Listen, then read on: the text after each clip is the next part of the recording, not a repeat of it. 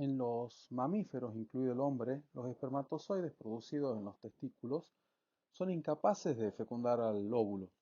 Para poder llevar a cabo su función deben experimentar un proceso de maduración durante su tránsito por el tracto reproductor, fundamentalmente en el epidídimo, y la maduración del espermatozoide se completará durante su permanencia en el tracto reproductor de la hembra. Allí nuevamente se modifica la superficie de los mismos por acción de los fluidos del útero y del oviducto, adquiriendo finalmente la capacidad para fecundar al ovocito. Este proceso se conoce como capacitación del espermatozoide. Este oviducto presenta una forma como la de una trompeta, como se muestra en la imagen, y las fimbrias que posee van a facilitar la captación del ovocito recién ovulado, y en la ampolla es el lugar donde se va a llevar a cabo la fecundación. Esta presenta una musculatura lisa y cilias que por un lado van a permitir la llegada de los espermatozoides hacia la región de la ampolla y también la migración del embrión una vez que se forme hacia el útero. Además, constantemente está secretando factores que propician la fecundación. Estos oviductos entonces son mucho más que un órganos tubulares.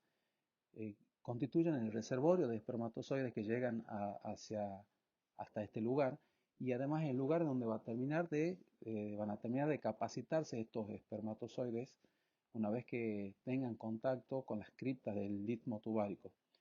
La migración de los espermatozoides obviamente va a depender, por supuesto, de su flagelo, pero también de las contracciones que ocurren en ese oviducto. Además, estos oviductos están tapizados por células que presentan estas cilias y que se van a mover hacia uno u otro lado dependiendo del estado hormonal, ayudando por un lado a llegar a los espermatozoides hasta la ámpula y por otro lado ayudando a que el embrión formado llegue o se desplace hacia el útero.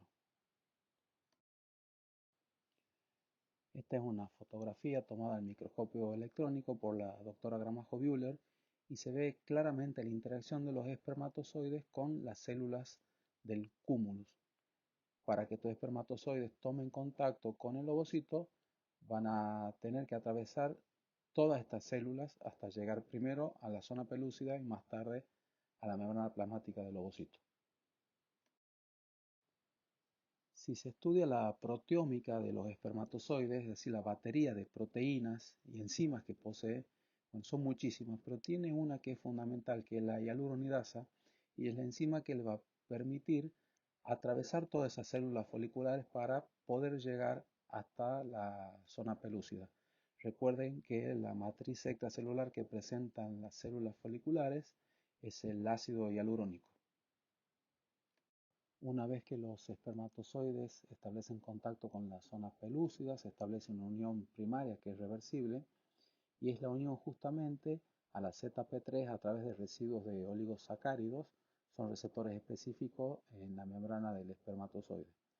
Luego se llevará a cabo una segunda unión secundaria que es irreversible, en donde van a participar la ZP2.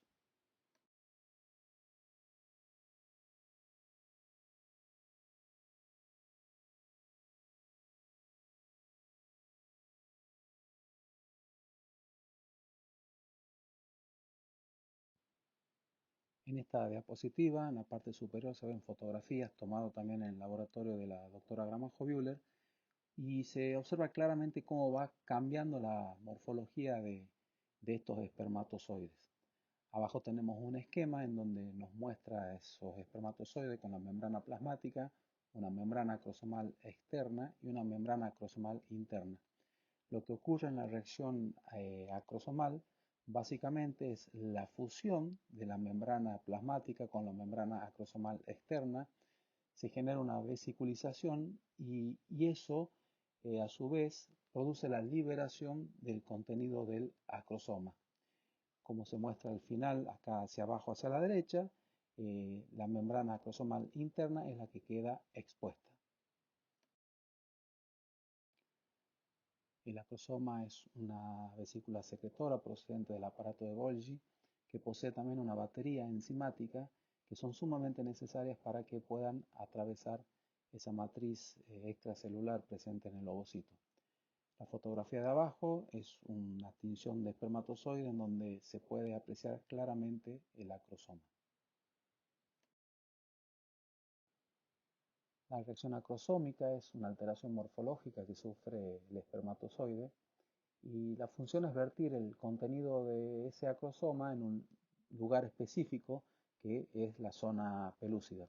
Dentro de todas estas enzimas hidrolíticas, la principal es la acrosina.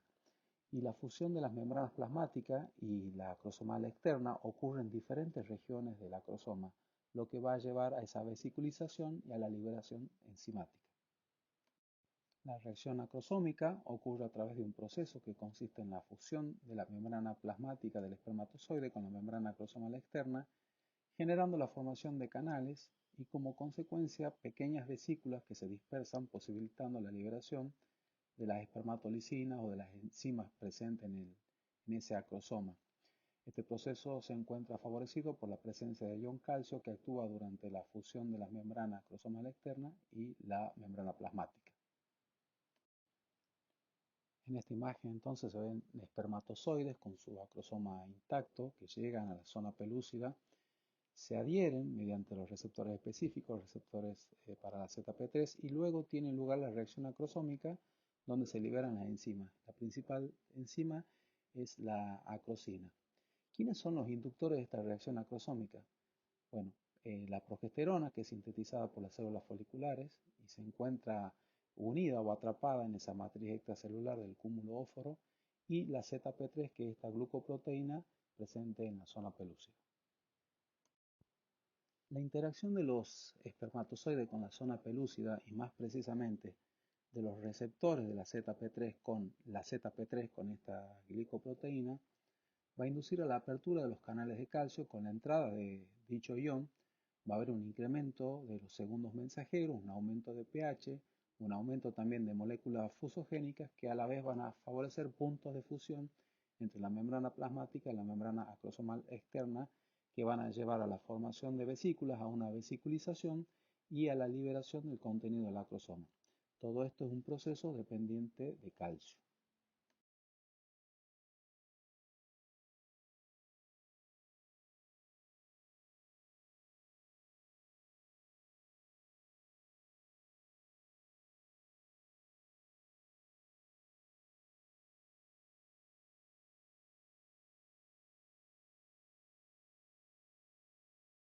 La fusión de los espermatozoides en la membrana plasmática del óvulo se realiza con modalidades diferentes según la especie.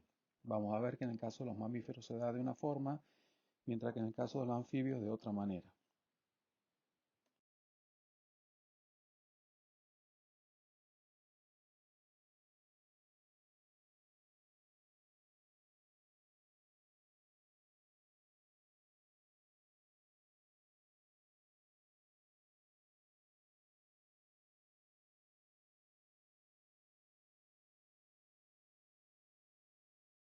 En el caso de los mamíferos, la interacción de los espermatozoides con la superficie del ovocito va a ser a través de una región conocida como región ecuatorial. Y el espermatozoide se fusiona por ese segmento ecuatorial. La foto de la derecha es la superficie del ovocito y fíjense la cabeza del espermatozoide cómo empieza a ser prácticamente fagocitada por esta supercélula que es el óvulo. Entonces, durante la fusión de este espermatozoide con el ovocito es 500.000 veces más grande que el espermatozoide y se fusiona la membrana plasmática del óvulo con la región ecuatorial de la cabeza del espermatozoide.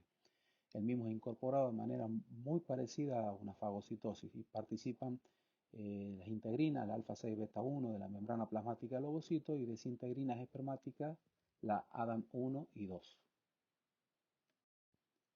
Este ovocito que se encontraba en un estado quiescente, cuando llegue el espermatozoide se va a activar. Es sumamente importante que ingrese al óvulo un único espermatozoide. Es una relación 1 a 1, un espermatozoide, un óvulo. Por eso es que se tienen que activar mecanismos para evitar justamente la polispermia, el ingreso de espermatozoides supernumerarios. Y aquí en la activación va a haber un bloqueo rápido, un bloqueo lento, una reactivación del metabolismo de ese ovocito, finalización de la meiosis, formación de pronúcleos, singamia y anfimixis.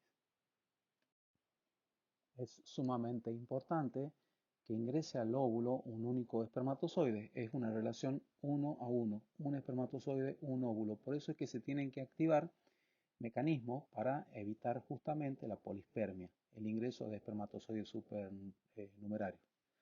Y aquí en la activación va a haber un bloqueo rápido, un bloqueo lento, una reactivación del metabolismo de ese ovocito, finalización de la meiosis, formación de pronúcleos, singamia y anfimixis.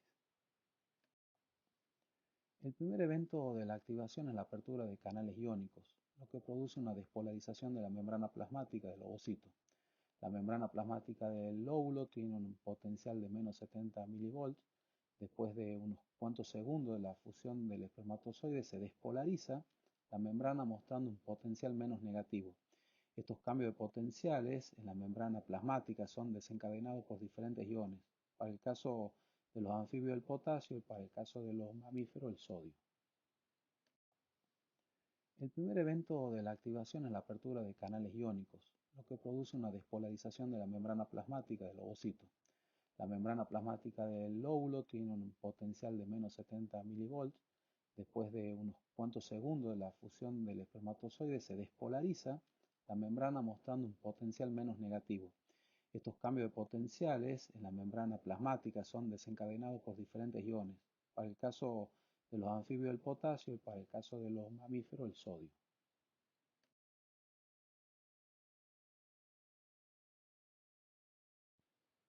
Este bloqueo rápido es transitorio, ¿sí?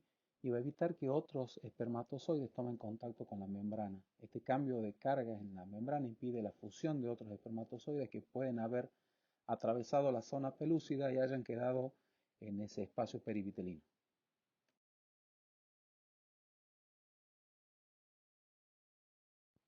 Después de generarse el potencial de fecundación, el potencial de membrana del ovocito vuelve a su estado normal y aparece el bloqueo lento o permanente de la polispermia que involucra la reacción cortical. La fusión del espermatozoide al óvulo induce la liberación de calcio desde el retículo endoplasmático o al citoplasma. El catión se propaga como si fuese una onda desde el sitio de fusión hacia todo el ovocito.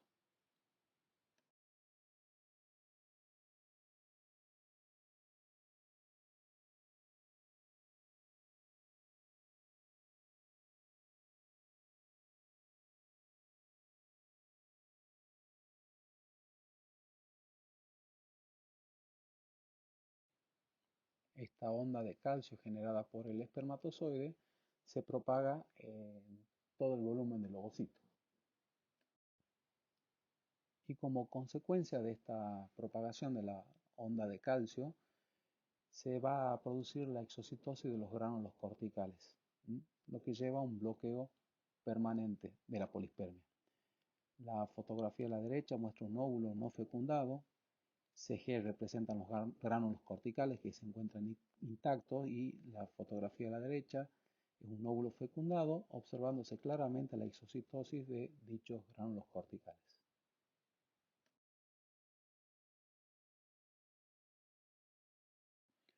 Como consecuencia de la exocitosis de los gránulos corticales, se van a modificar ciertas estructuras, la zona pelúcida, el espacio perivitelino y también la membrana plasmática, que en conjunto se van a volver refractarias para otros espermatozoides. Se modifica químicamente la zona pelúcida, por lo tanto esa estructura se vuelve impenetrable para los espermatozoides. Se modifica también el espacio perivitelino y además la membrana plasmática, que va recibiendo membrana de los gránulos corticales, por lo tanto la composición química deja de ser la clásica composición de la membrana del ovocito.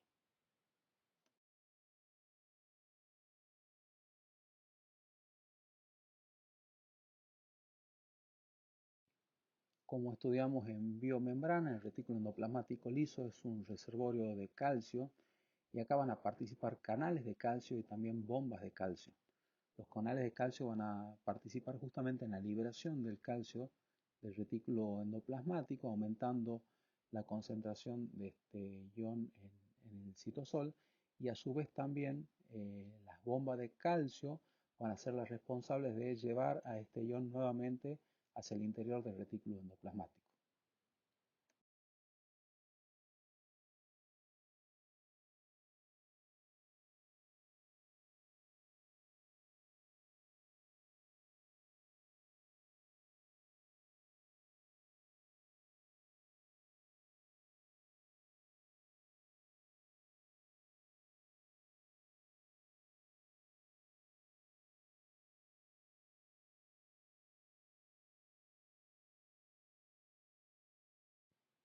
Luego de producirse la fusión entre el espermatozoide y el ovocito, se va a liberar en el citosol de este ovocito un mensajero espermático que va a interactuar con otras moléculas y a su vez se va a generar un intermediario que va a producir la liberación del ion calcio del retículo endoplasmático liso.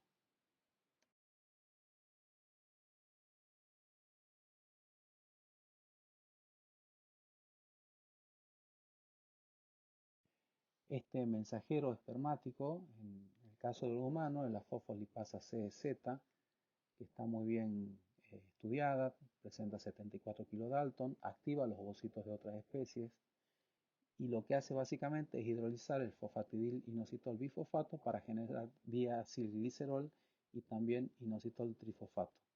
Existe además una homología altamente conservada dentro de los mamíferos.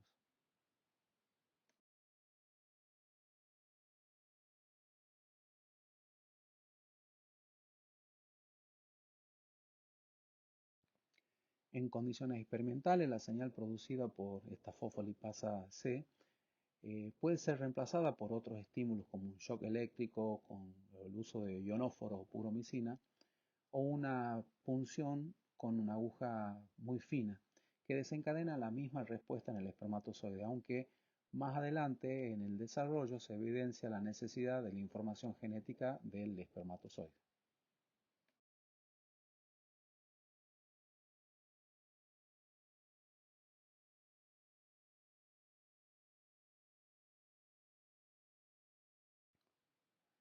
Sin embargo, existen algunos tipos de lagarto o en el caso de la abeja donde se lleva a cabo la activación partenogenética. Parteno que puede producirse como virgen, es decir, sin la necesidad del espermatozoide, y génesis, ustedes ya saben que es el equivalente a origen o nacimiento.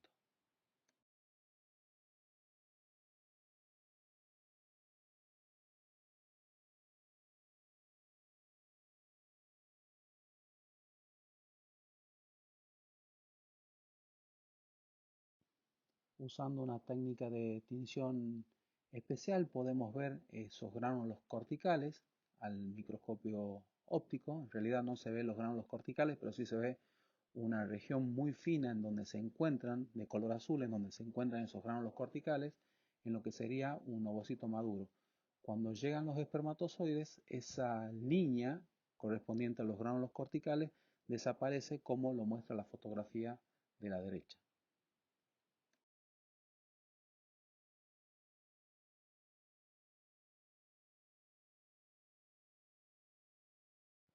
Habíamos mencionado entonces que el calcio aumenta como respuesta a la llegada del espermatozoide, pero esto es algo muy característico en los mamíferos. Aumenta su concentración en el citosol y disminuye. Vuelve a aumentar y disminuye. Hay patrones de oscilaciones que son característicos en los ovocitos de los mamíferos.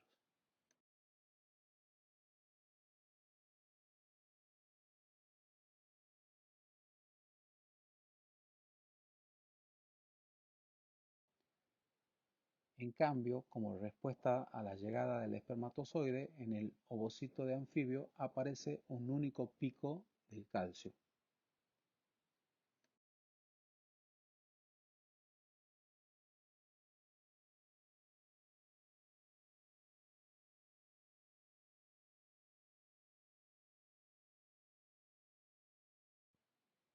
La llegada del espermatozoide entonces modifica la membrana plasmática, el espacio perivitalino y también la zona pelúcida.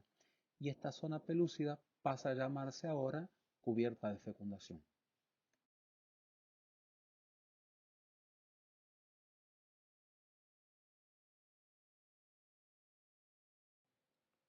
Al mismo tiempo que se produce la reacción cortical, la meiosis, que estaba detenida en la metafase 2, en el segundo arresto meiótico, se completa y se expulsa el segundo corpúsculo polar. En este caso está representado con una flecha roja. El núcleo del espermatozoide se descondensa, se transforma en el pronúcleo masculino, a su vez también se forma el pronúcleo femenino.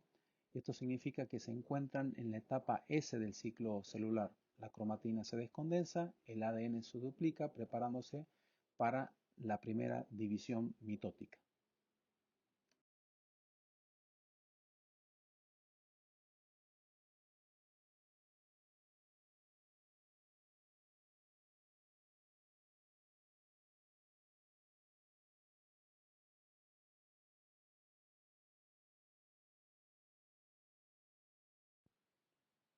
Bueno, ¿cuáles son los signos visibles en el cebocito fertilizado? Por un lado, la extrusión del segundo corpúsculo polar y por otro lado, la formación del pronúcleo masculino y el pronúcleo femenino.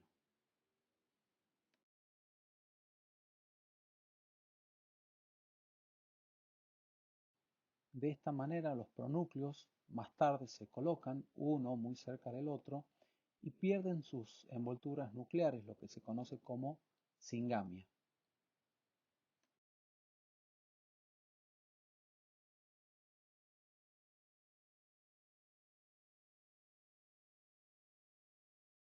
Los cromosomas ya duplicados se vuelven a condensar y se colocan en el plano ecuatorial como en una metáfase mitótica común, y esto es lo que se conoce como anfimixis.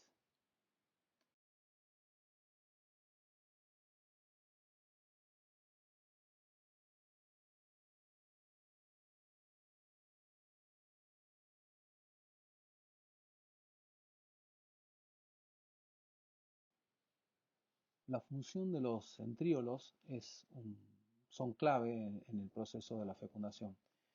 El espermatozoide cuenta con dos centríolos, el distal y el proximal. El distal es el que va a dar lugar a la formación del axonema y el proximal es el que va a quedar libre en el citosol después de producirse la fusión de las gametas y este va a ser el encargado de generar todos esos microtúbulos necesarios para que se lleven a cabo las futuras mitosis.